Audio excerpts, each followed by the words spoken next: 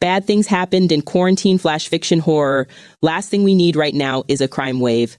T-Finity Cable provides its customers with the finest service and most reliable network in the world, is what I say with a smile at every single repair stop I make, even though as a woman. You can't be too friendly or the men start in with all that. These guys here, I don't know. One of them looks straight out of some hillbilly horror show with those teeth of his. And the other one is carrying around, I swear to you, what looks like a bloody clarinet from some high school band carnage we haven't heard about yet. I just need to get into the back of your TV set here, I explain as I do it. Black folks like you, the older guy says, we don't see repair people like that much. Well, I sort of laugh, we're out there. How many repair calls did you have to make in quarantine? Can't stand quarantine, the younger one says, in kind of a weird snarl. Yeah, no one can, I answer, checking the cable, adding, but it's pretty much over now. The stay-at-home order is lifted. We don't feel good going out there, says the older one. We are staying put, says the younger one, pronouncing it in such a way that he seems like he might be mentally disabled, or maybe just with a speech impediment. The cable's bad. I switch it with a new one as quickly as I can. It might be good for you to get out, I say without really thinking. It might be good for you not to, the older one answers. I look up, finished with my work. This thing is not over, says the older one. Okay, I say, and I try to smile nicely and get my things and go. But they are standing in my way, very clearly blocking me.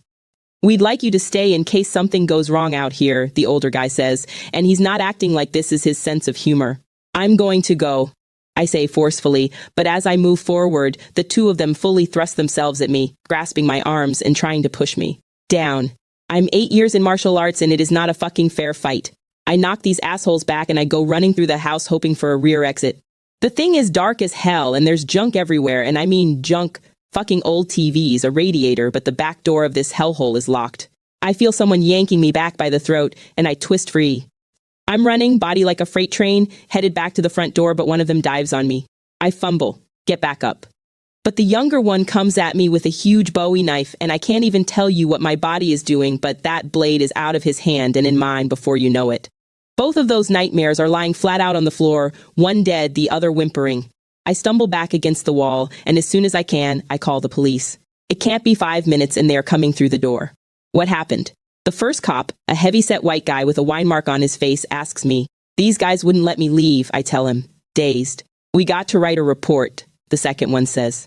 He's a giant cinder block tower of a guy with a permanently pissed-off look. Okay, I'm thinking, you gotta write a report. What the hell is this? There are 2 guys laid out on the floor. I don't even know if they're dead. Why are we talking about paperwork? Just step over there for a second, the first cop says. He points toward the wall. Can I get out of here? I ask. I don't want to be in this room with.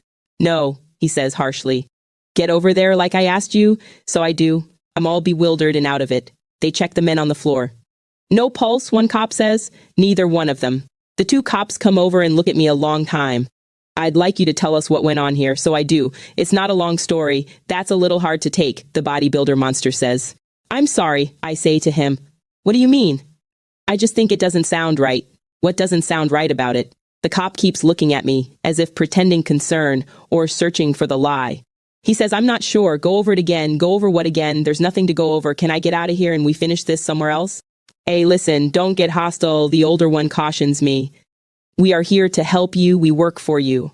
Okay? Okay. So I'm just going to ask you to go over it one more time. Go over. What happened, yeah.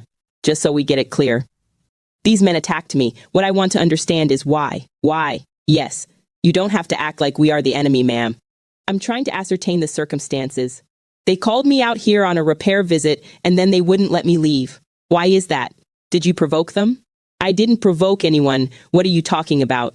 I'm just trying to understand. A black woman comes into the house presenting herself as an expert. A what? I'm a repair person. That's my job. I'm a repair person. They called me. Right. The cops sound reasonable, but they're pacing around me a little bit, fully checking me out. I'm not just uncomfortable at this point. I'm feeling shivers start to come. I'm not sure this has to become an incident, the older cop says. I think it's already an incident. I'm very upset, the tone of my voice. I don't want to sound like this. I'm sorry, the bigger one says. I'm not seeing any reason to write this up. Unless they have family that wants to press charges. Unless they have family that. I trail off. Cannot make sense of this. The older cop says, I'm going to recommend to you that you come with us and get some dinner, maybe. Make you feel better. Let all this go.